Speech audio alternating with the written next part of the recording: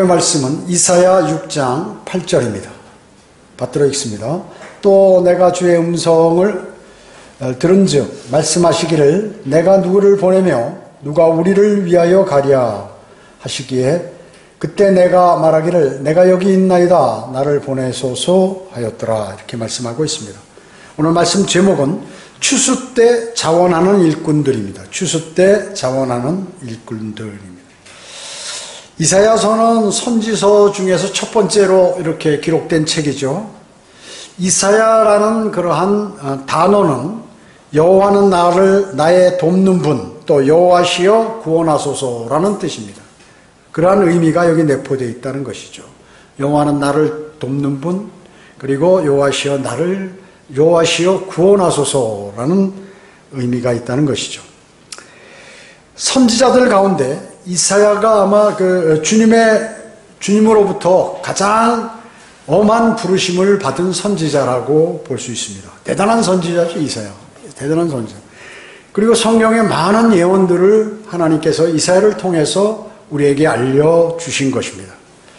그런데 이사야는 지금 하나님께서 이사야를 부르시는데 이사야는 자신은 불결한 입술을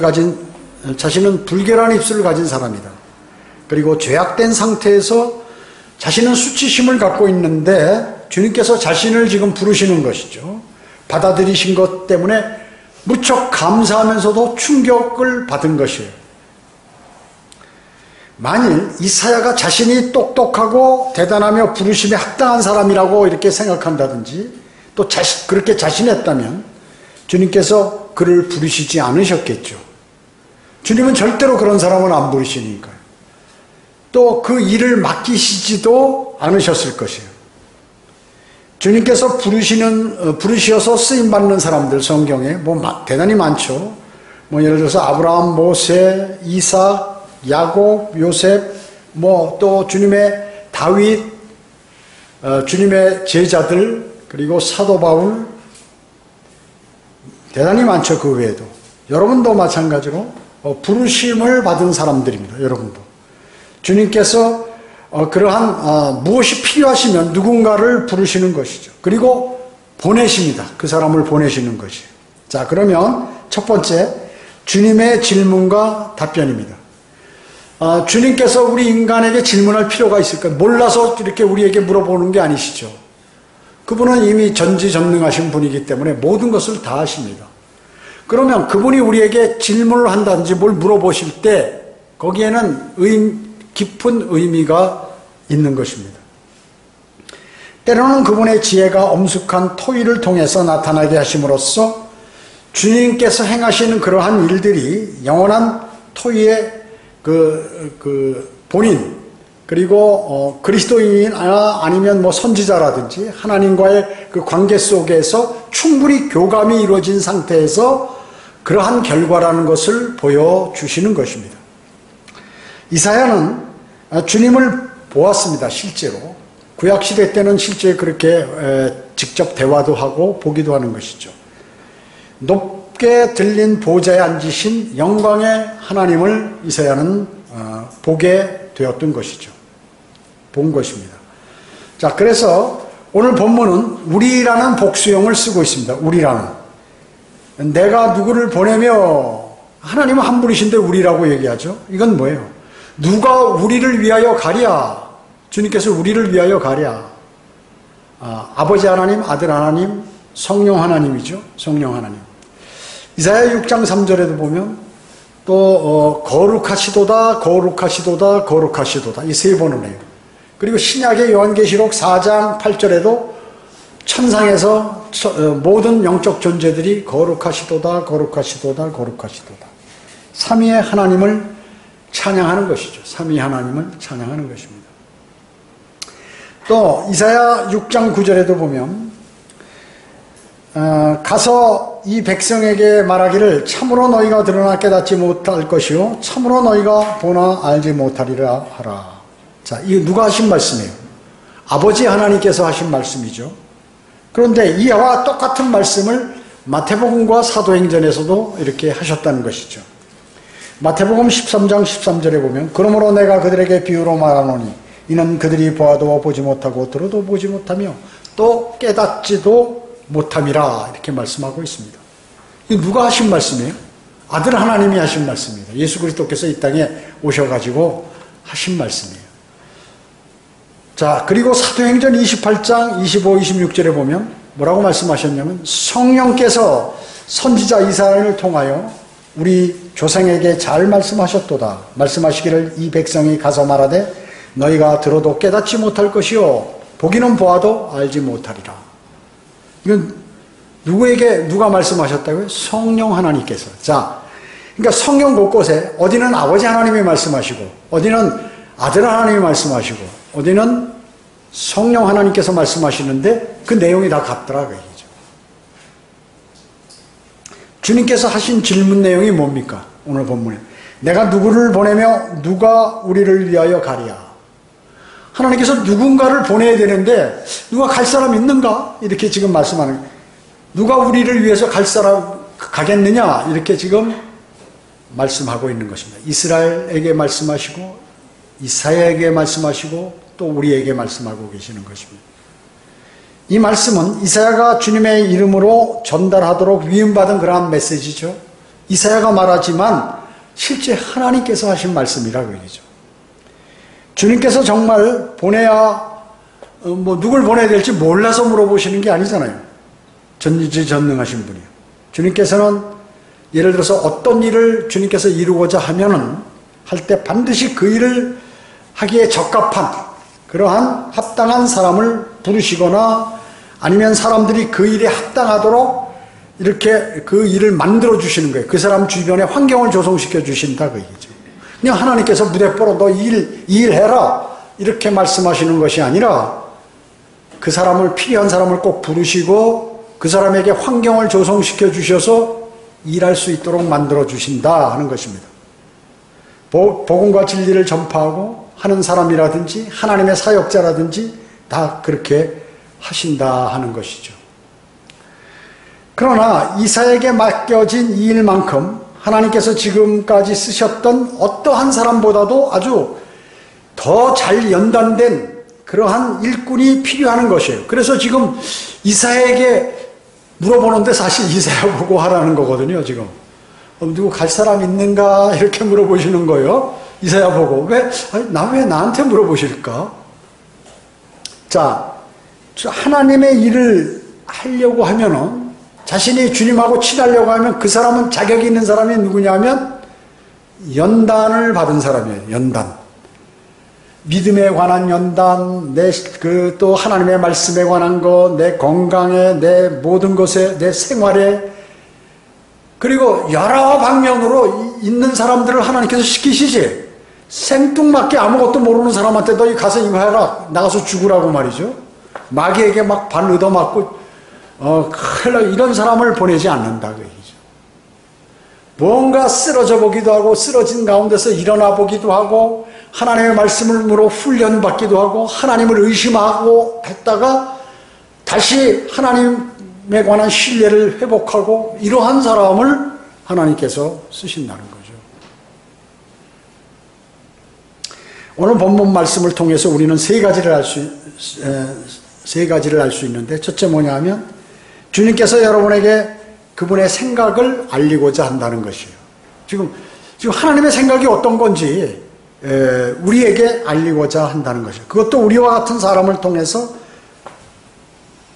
하나님의 그 생각을 알려주시는 것 정말 대단한 일이에요. 큰 은혜입니다.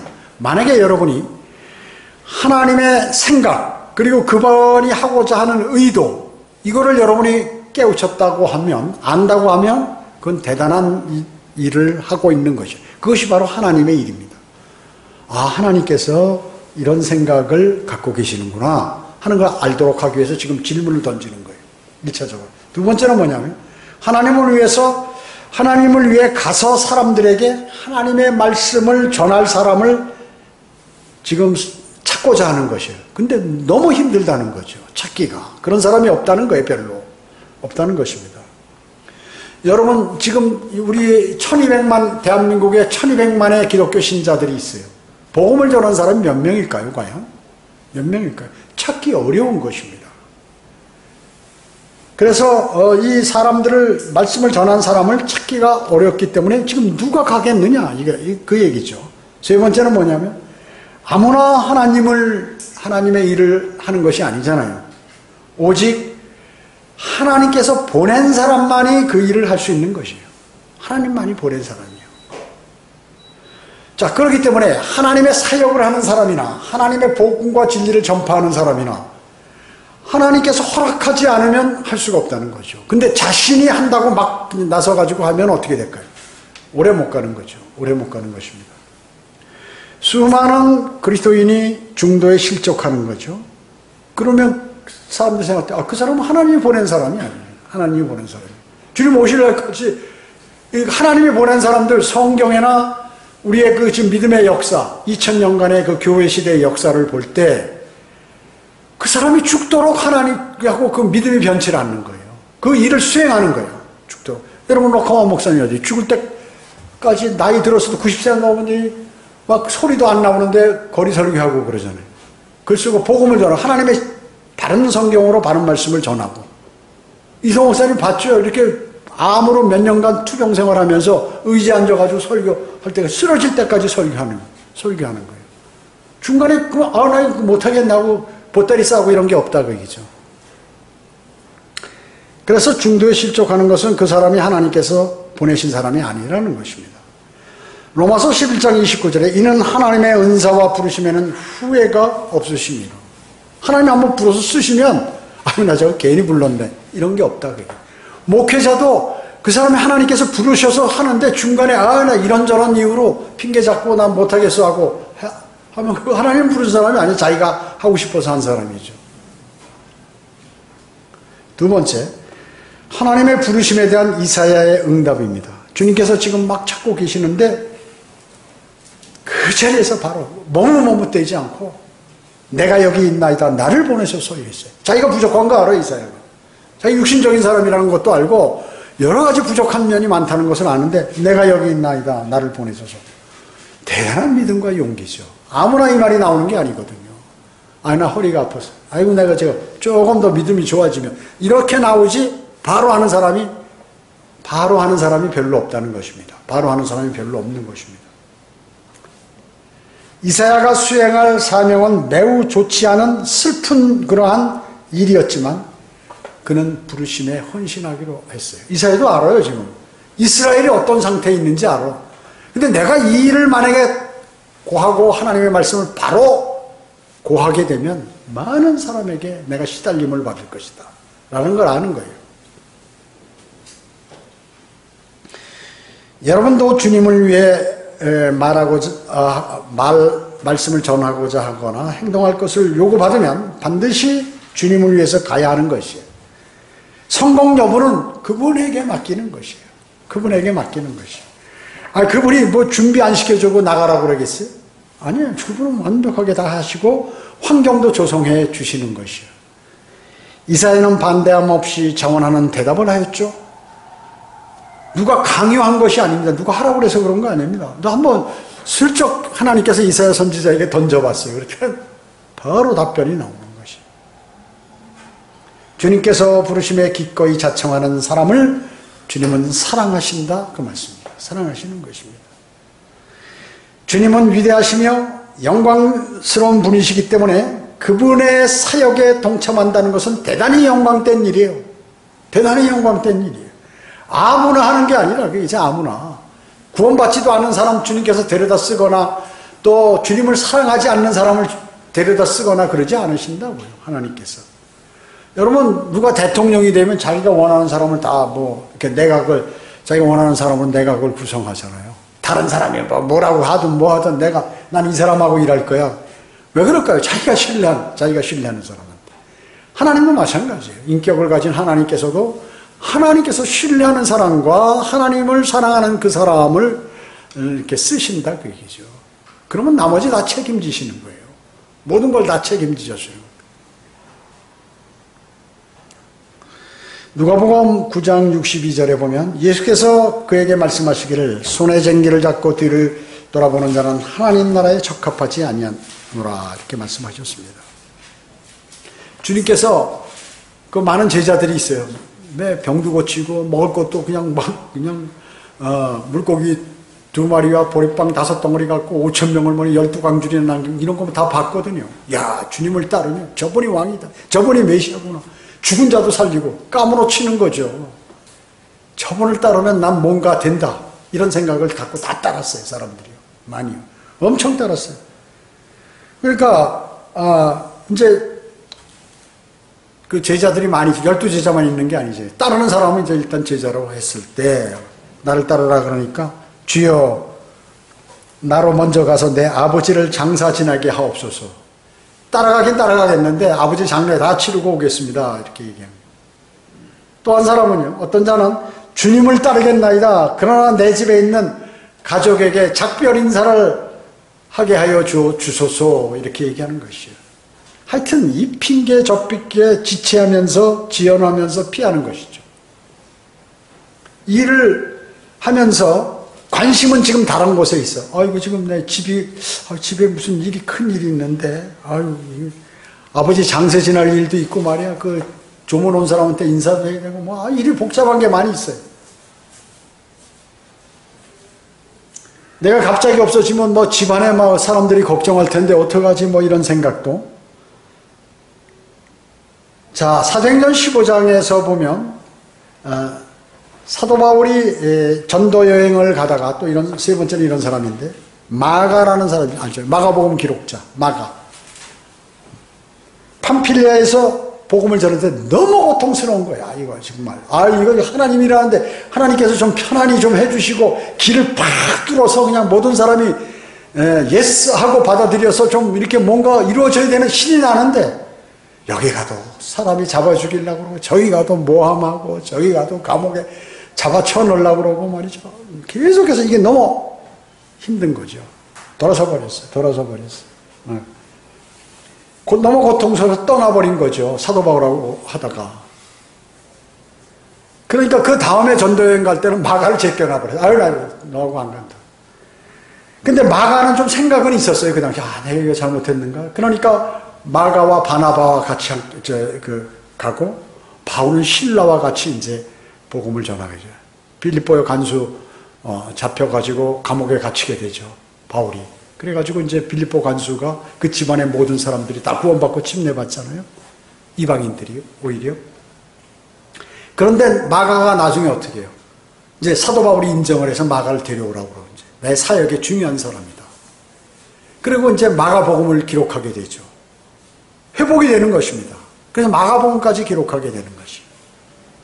자, 이와 같이 일단 자기가 너무 고통스러워 떠났는데 이것이 잘못된 것을 알고 다시 돌아오는 사람이 있는 반면에 테마와 같이 디모데후서 4장 10절에 나와 있는 테마는 세상을 사랑하여 데살로니가로 가버렸다는 거죠. 안제자 완전히 세상으로 돌아가 버린 거예요. 데살로니가는 그 세상 도시에 들어가서 거기 심취해서 아이고 내가 이거 주님을 섬기다 보니까 내가 하고 싶은 거 제대로 못하고 해가지고 이제 걸로 돌아간 기록이 나오고 있습니다. 하나님 나라에 적합한 사람은 그러면 어떤 사람인가? 빌립보서 3장 13절 14절에 형제들아 나는 내가 붙잡은 것으로 여기지 아니하노라. 다만 한 가지 즉 뒤에 있는 것들은 잊어버리고 앞에 있는 것들에 손을 뻗쳐 그리스도 예수 안에서 그 표대를 향해 쫓아갈 뿐이라. 이렇게 얘기했습니다. 여러분, 지금 사도 바울은 자기가 구원받고 나서 주님을 따르고 나서 고귀한 부르심, 주님께서 나를 불러주신 거 이건 대단한 일이다. 사도 바울이 과거에 어땠어요? 그는 집안이 대단히 좋았어요. 귀족 집안이야 말하자면. 그래서 외국에 그 로마 시민권까지 날 때부터 있었어요. 그래서 그 당시 로마 제국이 전 세계를 관장할 때인데 로마 시민권이 있으면 어디 가서든지 큰 소리 치는 거예요. 그리고 관리들도 함부로 못해. 그리고 공부도 대단히 한 사람이에요. 박사예요, 박사. 바리새인이고. 그리고 아무런 규약이 없어요. 성경도 많이 알고. 그런데 자기가 그 알았던 그것을 배설물처럼 다 던져버렸다는 얘기죠. 주님을 만나고 나서 내가 헛짓했구나. 내가 주님을 섬긴다고 하고 하나님을 사랑하는 줄 알았는데 가장 사랑하는 사람인 줄 알았는데 내가 배신자였구나. 하나님을 반역한 사람이었구나. 예수 그리스도를 부활하신 예수 그리스도를 만나고 나서요. 깜짝 놀랐죠. 그는 완전히 180도 돌아섰어요. 그때부터 난 모든 걸 버리고 이제 주님께서 허락하신 이방인에게 복음과 진리를 전파하겠다고 생각해서 한 것이죠. 그래서 부르심을 잘 수행해서 이러한 것들이 면류관으로 이어지는 것이죠. 그는 그 능력 있는 상을 여러분들이 받는다는 것은, 영원 세대 살 그런 것을 받는다는 것은 고통이 따른다. 고통이. 그 고통을 얼마나 잘 연단, 하나님께서 여러분을 훈련시키기 위해서 하신 그것을 얼마나 잘 치르느냐 하는 것이에요. 면류관. 성경에 나온 면류관 5가지 있잖아요. 그것을 믿지 않는 사람은 어떡해요? 그걸 안 하겠죠. 여러분은 어떻습니까? 사람은 자신이 유익된 것을 선택하게 돼 있어요. 본능적으로. 유익한 걸 만약에 그 사람이 주의 첫날인데도 경배를 안 드린다 그러면 그 사람은 하나님보다 더 좋은 게 있는 것이에요. 틀림없어요. 그렇기 때문에 하나님의 말씀을 신뢰하지 못하는, 내가 구원받은 그 사실, 구원에 확신이 없는 사람, 그건 뭐 의미가 없죠. 아무런 의미가 없는 거죠. 교회만 그리고 실제 구원받았어도 구원에 확신이 없게 되면 주님하고 가까워질 수가 없죠. 주님하고 가까워질 수가 없는 것입니다. 예수님께서 요한복음 4장 35절에서 너희가 아직도 넉 달이 있어야 추수할 때가 된다고 말하지 아니하였느냐. 보라, 내가 너희에게 말하노니 눈을 들어 밭을 보라. 이는 곡식이 추수하도록 이미 하얗게 되었습니다. 신천지가 이 구절 보고 추수꾼이라고 그래가지고 자신들도 구원 받지 않은 사람들이, 다른 교회에 있는 사람들 다 빼오려고 추수해 와야 된다고 명령이라고 이렇게 하고 있는 것이죠. 봄에 씨를 뿌리면 가을에 뿌렸어요. 근데 가을에 거두려면 아직 넉 달이나 남았어. 그렇지만 주님께서는 눈을 들어 밭을 보라고 지금 말씀하는 거예요. 밭에 이미 너희가 계산상으로 보면 4개월 있어야 되는데 지금 봐라, 벌써 많이 커서 많이 익었다 그러지. 곡식이 추수할 정도로 하얗게 돼 있지 않냐, 봐라, 지금 이렇게 말씀하는 것입니다. 밭은 뭐예요? 이 세상이죠. 세상을 네가 한번 봐라. 맨 구원받은 사람 천지다, 이렇게 얘기하는 것이. 여러분, 예를 들어서 지금 LA BBCI에서 미국에 거기 한인들이 말이죠, 어마어마하게 많아요. 어마어마하게 많아. 미국에서 제일 한국 사람들이 많은 데가 LA예요. LA. 그렇잖아요. 제 고등학교 동창들 중에서도 한 30여 명이 여기 살아. 거기서 뭐 의사도 있고 무슨 뭐 보험하는 사람도 있고 뭐도 있고 해가지고 다 잘 살아. 그 당시 가서 열심히 일해가지고요. 세탁소 하는 사람도 다 잘 살아. 하여튼 열심히. 한국 사람은 하여튼 열심히 일하니까 아침부터 밤늦게까지 못 당하죠. 세상 다른 나라 사람들이. 다 잘 살았다고요. 한국 사람들이 교회가 말이죠. 수백 개야. 한국인 교회가. 그래서 미국만 가면은 전부 기독교인이 돼. 거긴 기독교 국가기 때문에 교회 출석 안 하면 생활을 못 해. 장사라면 장사도 안 돼. 안 돼요, 아예. 어마어마하게 많은데 뭐 여기 한국에 성경대로 믿는 사람들이 있는데 복음 전한다고. 그러니까 하나님께서 우습게 보시는 거예요. 너 장난하냐? 이렇게 생각하시는 거죠. 복음은 말이죠. 여러분 지금 선교하라고 했는데 필리핀이나 저기 아프리카 가서 지금 해야겠는데 나 거기 못 가는 것을 맨날 가슴 아파하는 그 사람이 있어요. 가슴 아프면 우리 대한민국에 얼마나 많은 사람이 구원받지 못했는데, 하다못해 이 청주 시내에도 얼마나 많은 사람이 구원받지 못했는데, 복음 전할 데가 없네. 여러분 그건 괜히 핑계예요. 맨 천지 가는 곳마다 있어요. 가면 다 주서요, 사실은. 여러분이 시간만 내면 다 거둘 수 있다. 그러죠. 왜냐? 하나님, 예수님 모르는 사람이 대한민국에서 단 한 사람도 없기 때문에요.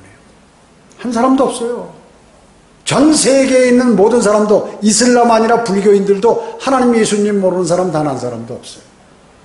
없으면 그거는 완전히 지금 고생대에 사는 사람이에요. 그 사람은. 고생대에서 아마 이 아주 시간을 넘어서 현대에 나타난 사람이나 모를까? 없어요. 하나님, 예수님 모르는 사람이 이 지구상에 누가 있냐, 그게. 아프리카 피그미족도 다 아는데. 다 알아요. 그렇기 때문에 예수 그리스도를 영접하지 않으면 모두가 지옥 가는 거예요. 지금 이제 전파 안 된 데가 없어. 그렇기 때문에 여러분이 정식적으로 정말로 마음을 다해서 그 사람에게 전하면 주님을 찾고자 하는 사람이 그대로 있었다면, 양심이 살아있는 사람이 있으면 주님을 영접한다. 주님을 영접. 그래서 쉽다. 근데 일꾼이 없다는 거예요. 지금 곡식은 많이 해서 추수를 해야 되는데 일꾼이 없어서 다 썩어지게 생겼다. 좀 비 오면, 겨울 오면 다 썩어지고 논밭에 있는 그 작물들을 전부 매장 그냥 흙으로 돌아가 버려야 된다. 멸망으로 가야 된다. 그 말씀입니다. 지금 이 말씀이요. 이런저런 편개로 복음 전파를 미루고 있는 세상으로 눈을 돌리도록 주님께서 강력하게 지금 촉구하고 계신 것입니다. 세 번째, 이사야의 결심이에요. 이사야의 결심. 주님의 부르심에 기꺼이 받아들인 이사야는 더 나아가서 그 결심을 아주 굳게 다지는 거예요, 자신이요. 그는 결코 머뭇거리거나 방황하지 않고 그 사명을 즉각적으로 수행하려 하는 것입니다. 즉, 그 대답은 어려움을 무릅쓰고라도 이제 끝까지 주님을 섬기겠노라 하는 그 결심을, 자기의 마음을 하나님께 지금 보이는 것이죠. 즉, 그의 대답은 이제 내가 주님을 위해 기꺼이 갈 뿐 아니라 주님의 은혜에 힘입어서 어떠한 어려움도 내가 맞부딪혀서 주님을 섬기겠습니다. 이런 의미가 내포되어 있다 하는 거예요. 이 단어 하나에, 한 문장 하나에. 어떠한 희생을 감수하고라도 주님이 주신 사명을 굳게 잡고 결코 나는 뒤로 물러서지 않겠다는 것입니다. 이것이 바로 그리스도의 군사가 가져야 할 그러한 믿음인 것입니다. 그리스도인도 이러한 결심이 필요한 것이죠. 그러면 주님의 인도하심을 받고 기도 응답이 되고 주님과 매일 친하게 지낼 수 있는 거예요. 친구처럼. 로마서 12장 1절에 너희 몸을 하나님께서 기뻐하시는 거룩한 산제물로 드리라, 이렇게 말씀하고 있습니다. 몸을 드리라는 거죠. 여러분의 몸을. 주님께 자신을 드리는 것, 이것은 대단한 일입니다. 지금 이사야가 한 그 문장이 이거예요. 내가 여기 있나이다. 나를 보내소서. 자기를 드리는 거예요. 지금 이게 헌신이다, 그 얘기죠. 즉, 주님께서 보시기에 합당하게 저를 좀 쓰시라고 말이죠. 주님께서 기뻐하시는 일을 저를 통해서 이루시기 바랍니다. 저는 명령할 수 없고 오직 주님의 말씀에 순종할 뿐입니다 하는 그러한 내용이 다 여기 이 문장의 한 구절에 내포되어 있는 것입니다. 어떤 어려움이 닥치더라도 주님께서 원하시는 사람들에게 제가 기꺼이 전하겠나이다. 주님께서 원하시는 그 일을 하겠습니다 하는 그것입니다. 나는 주님의 종이오니 주님의 뜻대로 하옵소서 하는 그러한 내용인 것입니다. 아무나 이렇게 되나요? 아니죠. 주님을 사랑하는 사람, 주님께서 사랑하는 사람, 주님이 부르신 사람, 주님이 길을 터주는 사람이 할 수 있는 일이에요. 자, 이사야가 이렇게 부를 때 즉시 응하니까 하나님께서 어떤 은혜를 주셨을까요? 이사야서를 기록하도록. 이사야서가 몇 장이에요? 66권이죠. 성경이 몇 권입니까? 66권이에요. 그래서 이사야 쭉 해보면 신약 그 성경 전체의 그 주제하고 맞는 것이 많이 있어요. 예를 들어서 이사야 40장, 구약이 39권 아니에요? 그럼 40번째는 마태복음 아닙니까? 이사야 40장이 바로 초림에 관한 내용이 거기 쫙 기록이 있다.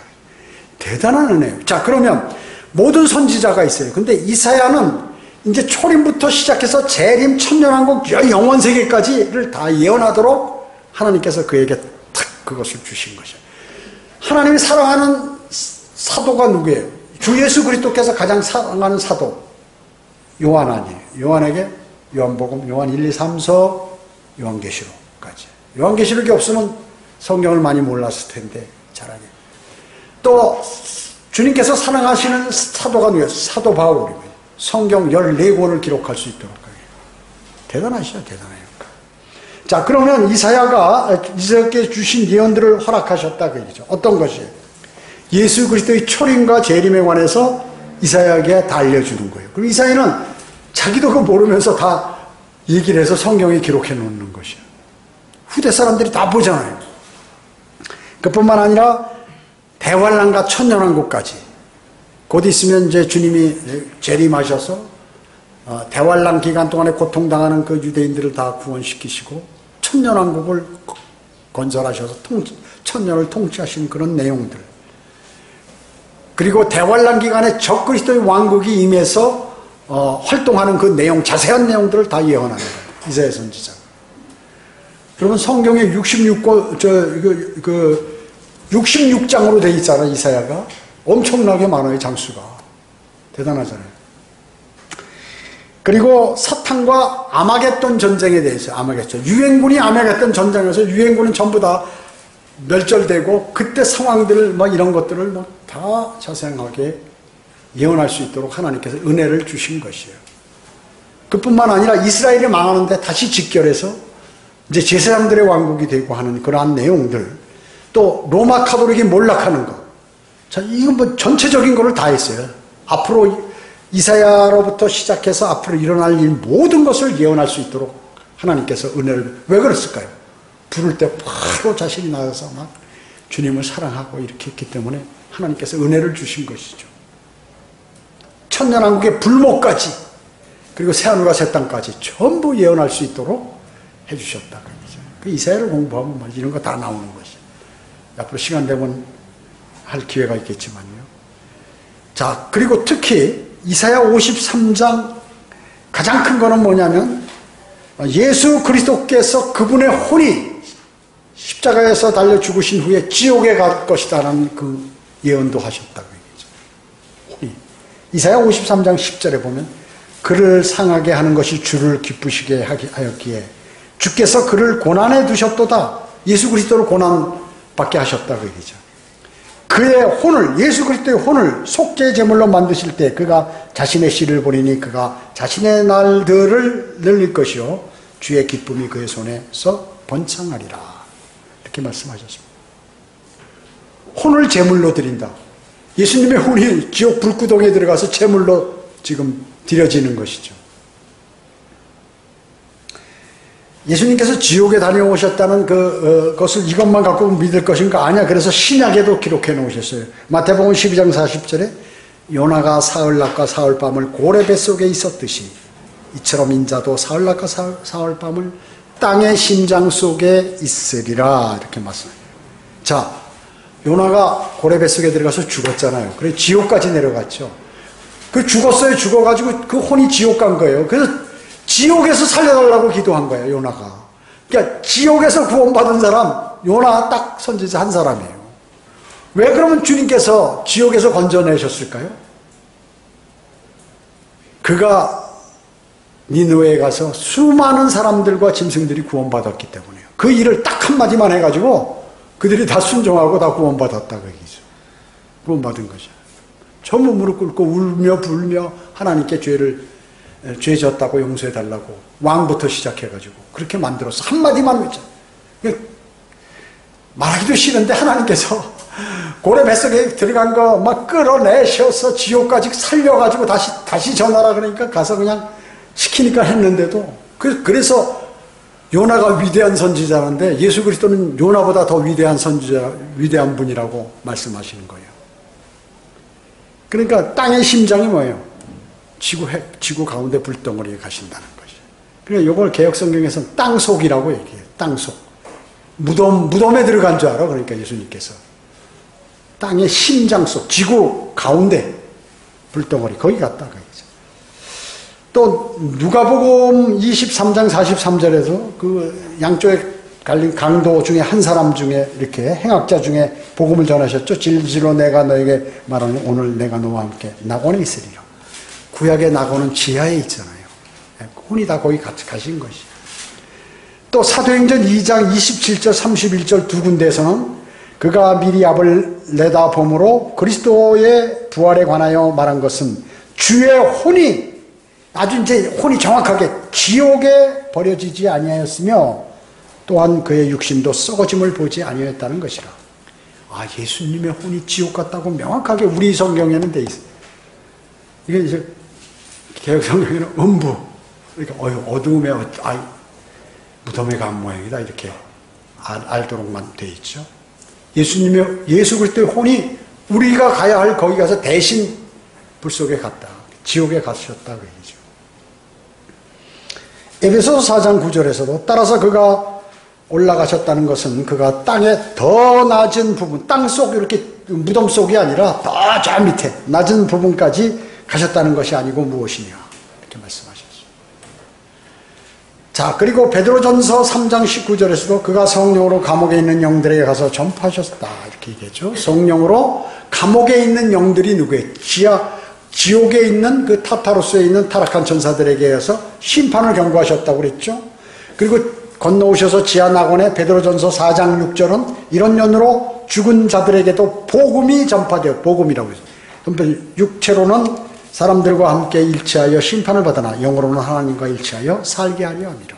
구약 성도들에게 복음을 전해. 자, 예수님의 혼이 지옥 불 속에 들어가서 고난받으시고 나오셔서 타락한 천사들이 갇혀있는 어둠의 감옥, 지옥, 거기 타타루스에 가서 심판을 경고하시고 또 끝없이 깊은 거름을 건너서 낙원에 오셔가지고 그 구약 성도들의 혼에게 복음, 그리스도의 보혈이 이루어졌기 때문에 복음을 전파하시고 하늘로 승천하실 때 데리고 올라가셨잖아요.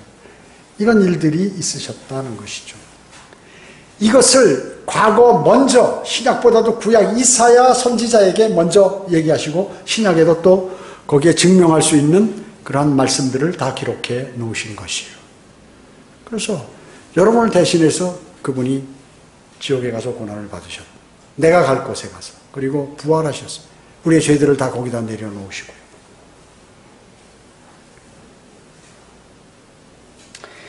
이런 구절을 통해 예수 그리스도께서 지옥의 형벌을 대신 받으신 것을 우리는 아는 것입니다. 또 그 중에 또 가장 중요한 예언을 하나 했는데 그게 바로 이사야 9장 6절이라는 말씀이죠. 하나님께서 허락하신 거예요. 그 예언하도록. 그게 뭡니까? 예수 그리스도가 오신다는 거. 처녀의 몸에서.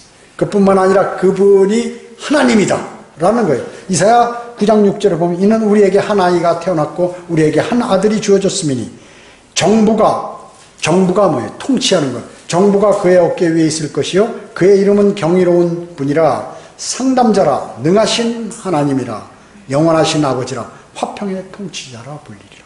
예수 그리스도께서 능하신 하나님이요 영원하신 아버지라고 해요. 예수 그리스도께서 하나님이시라는 그 예언을 야 너가 이거 해. 중요한 예언이니까 내가 사랑하는 너에게 알려줄게 하라는 것이죠.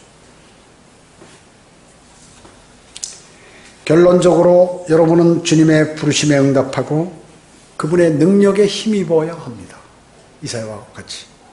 그렇지 않으면 여러분의 수고는 헛되다는 것이죠. 늘 그리스도인이라면 적어도 주님부터 능력을 받아야 뭘 해, 움직여. 능력을 받아야 하나님의 말씀을 읽고 공부하고 능력을 받아야 주님하고 교제하고 능력을 받아야 복음과 진리를 전파하고 능력을 받아야 하나님의 일에 헌신하게 되고 능력을 받아야 지역교회가 귀중한 것을 알고 지역교회를 위해서도 자신의 노력을 가하고 이렇게 하는 것이죠. 능력을 받아야 돼요. 능력을 받으려면 어떻게 해요? 주님의 말씀에 호응하고 해야죠. 아, 주님 따라가려니까 조금 힘들고 나 뒤에 좀 멀리에서 뒤따라가겠습니다. 주님 십자가 못 박혀 지금 가는데 저 멀리에서 제자들 전부 바라보고 말이죠. 목숨을 던져서 내가 죽는 한이 있더라도 주님은 절대로 십자가에 달릴 수 없습니다. 이러던 사람들이 잡혀가니까 전부 뒤 피해서 멀리서 그래도 도망가지 않은 게 다행이에요. 멀리서 보고 있다가 누가 툭 찔르면서 여자애가 한패지 오니까 어이구 무슨 소리냐고 말이죠. 세 번이나 그렇게 하고 말이죠. 도망가고 말이죠. 어떤 사람은 나체로 여러분 여기는 안 나오죠. 벌거벗고 도망간 사람이 있어요. 그게 마가예요. 마가의 가능성이 많다는 거예요. 벌거벗고 도망가. 자다가 보니까 늦잠 자고 벌거벗고 자다가 창문에 보면 막 밖에 시끄러워서 딱 보니까 예수님이 막 그냥 병정들에게 구타당하면서 질질 끌려가는 걸 보고 그냥 까무러친 거지. 도망가야겠구나. 때는 이때다. 살아야지. 벌거벗은 채로 도망가는 거예요.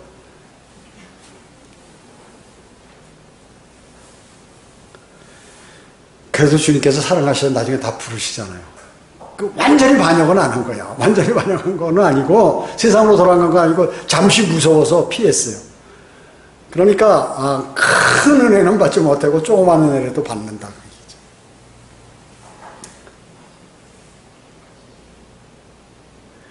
여러분 만약에 주님으로부터 능력을 못 받잖아요. 그러면 그리스도의 심판석에서 죄만 남아요. 아무것도 없어요. 만일 여러분의 지혜와 능력으로 여러분이 뭘 한다고 한다면 그건 자신을 속이는 것이에요. 자신을 속이는 것이에요. 오래가지 못하고 자신을 속여요. 그래서 내가 정말 마음을 다해서 주님의 내 마음이 향해 있고 그랬을 때 주님하고 교제가 이루어진 상태에서 이것이 이루어져야 되는데 몸만 앞으로 가버리면 나중에 마귀의 덫에 걸리게 된다는 것이죠. 여러분은 주님께서 주님을 위해 일하라고 부르실 때 여러분은 기꺼이 내가 여기 있나이다 이렇게 해야 합니다. 여러분 주님을 위해서 일하는 거, 주님의 사역을 위해서 재정을 지원하는 거, 또 주님을 위해서 하는 거, 내 몸으로 몸을 들여가지고 뭐 힘들여서 일을 하는 거, 또 몸을 들여서 복음을 전파하는 거 쉬운 일입니까? 아무나 하는 게 아니에요. 주님께서 은혜를 안 주시면 못해요. 그거 하고 싶어도 안 되는 거예요. 사람마다 다 입장이 틀리잖아요. 그것이 크고 작은 게 문제가 아니에요. 어떤 입장이 다 같은 상태에서 그것을 한다는 것은 쉬운 일이 아니다. 그러면 주님께서 그렇게 자기를 희생하면서 헌신이 뭐예요? 희생 아니에요. 헌신. 몸을 드리는 게 나를 위해서 드리는 게 주님을 위해서 드리는 거 아니에요. 나를 영원한 나에게 생명을 주시고 하나님의 아들이 되는 권세를 주셨기 때문에. 그러면 주님께서 어떻게 했어요? 그 사람을 어떻게 대우하시겠어요? 주님은 절대 거저받는 분이 아니에요. 뭐 일 시켜놓고 쫄쫄이 굶기고 그런 분이 아니에요. 주님의 사역을 딱 시켜놓고 고생이 하는 반면에 먹을 거 다 먹을 수 있게 하시고 할 거 다 쓸 거 다 쓸 수 있게 하시는 거예요. 그 남들이 보기에는 그렇지 않은 것 같은데 다 주님의 손길을 통해서 하게 하셔요.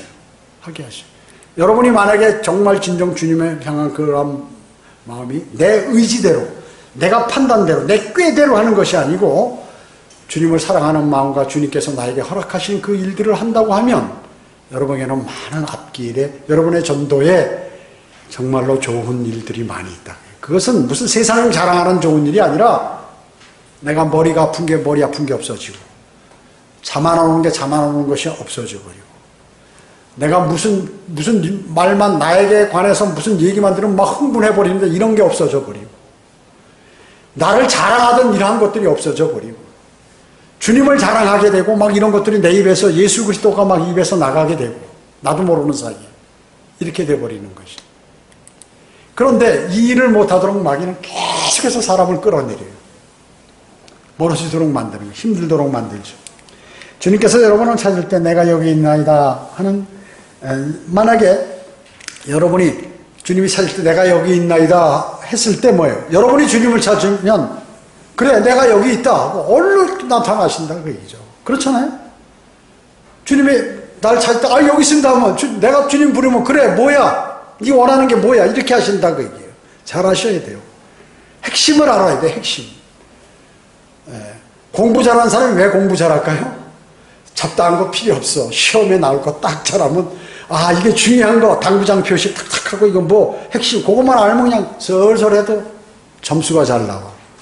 이 공부하는 방법이에요. 주님께 인기 없는 방법, 주님이 원하는 거 착 쉽게 그냥 흔쾌하게 딱 하면 내가 주님을 찾으면 알았어. 너 나한테 말하지 마. 내가 알아서 할게. 이렇게 나오시는 거예요. 그걸 하셔야 돼요.